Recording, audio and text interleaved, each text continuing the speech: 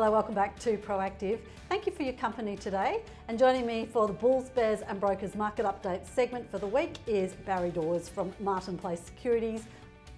You're watching Proactive Investors, and we're talking now to Infinity Lithium, and with me in the Sydney studio is the Managing Director and CEO, Ryan Parkin, and also Vincent Ledoux, the Executive Director. Welcome, gentlemen.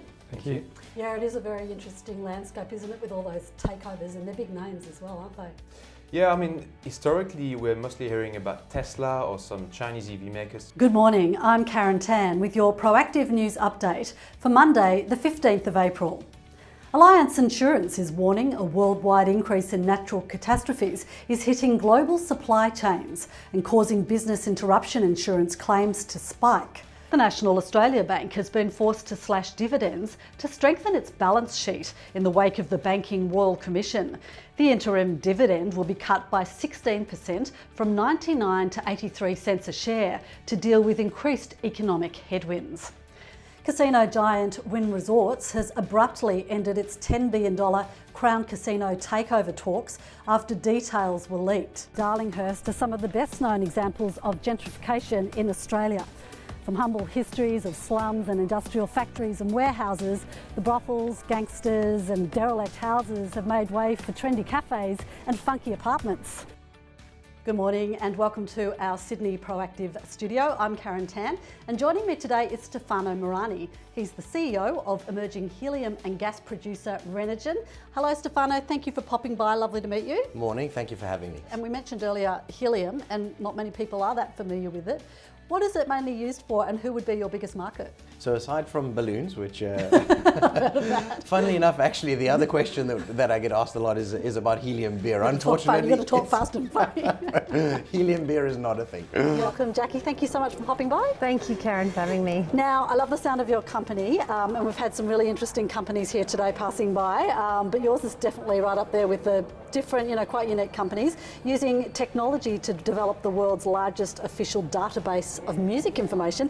Tell us about the company and how it works. And we have releases from China, from Japan, from the Latin American music market, all the way through to Anglo. It's pretty exciting. That would have taken 30 million years to just collate the data. Would you know if you spent 20 seconds on every single Jaxsta page, it'd take you 19 years to look at our entire database. It's pretty amazing. So a lot of work in there. Yes. And so who is your key audience for Jaxsta.com and Jaxsta Pro? Because these are two very different products. There are around 45 collection shows over the 5-day program on site here at Sydney's Overseas Passenger Terminal at Circular Quay, and also off-site at other catwalk venues. The event welcomes over 30,000 visitors annually. While the Australian restaurant industry has managed to avoid the brunt of the global economic crisis hitting businesses hard on the other side of the world, consumer confidence is just now starting to take a dive. National retail data out this month shows the first negative month of turnover for businesses here after more than 2 years of revenue growth.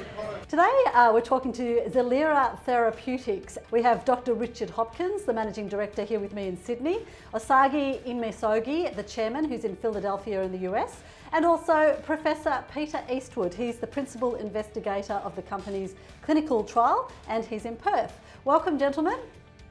Thanks, Karen. Thank you for your company. And joining me today is Andy Viner. He's the Executive Chairman of the Golden Base Metal Explorer Alloy Resources. Lovely to see you, Andy. Welcome to Proactive. Thanks very much, Karen. Great to be here. Now, you're normally based in Perth, so it's a very nice to see you in Sydney. We're going to be right in amongst it, and it offers a great opportunity to work with Rio again and potentially make a great discovery. Very nice sounding to be working with Rio Tinto. That's right.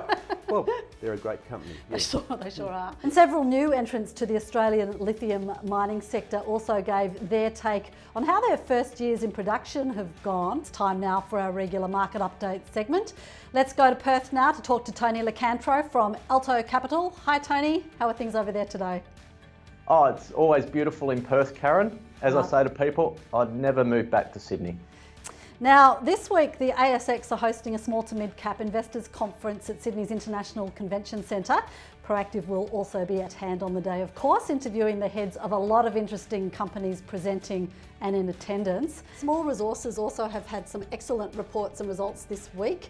We've got De Grey, Bellevue Gold, Blackham and Staveley of note.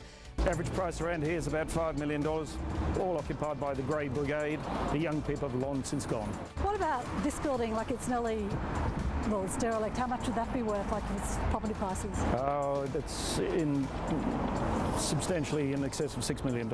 Amazing. Yeah. 5 out of my top 10. If people want the balance, well, they can sign up or go to a clairvoyant and maybe she could tell them. A little teaser on Proactive for Tony Licantro. Well, thank you for your informative update today, and I learnt something about your analogy with the cheesecake. Not sure where that, I've never heard that before, but okay, fair enough. Thank you so much, Tony. Very interesting as usual. Look forward to catching up with you next week. Look forward to it. Thank you. Thank you. That's Tony Licantro from Alto Capital.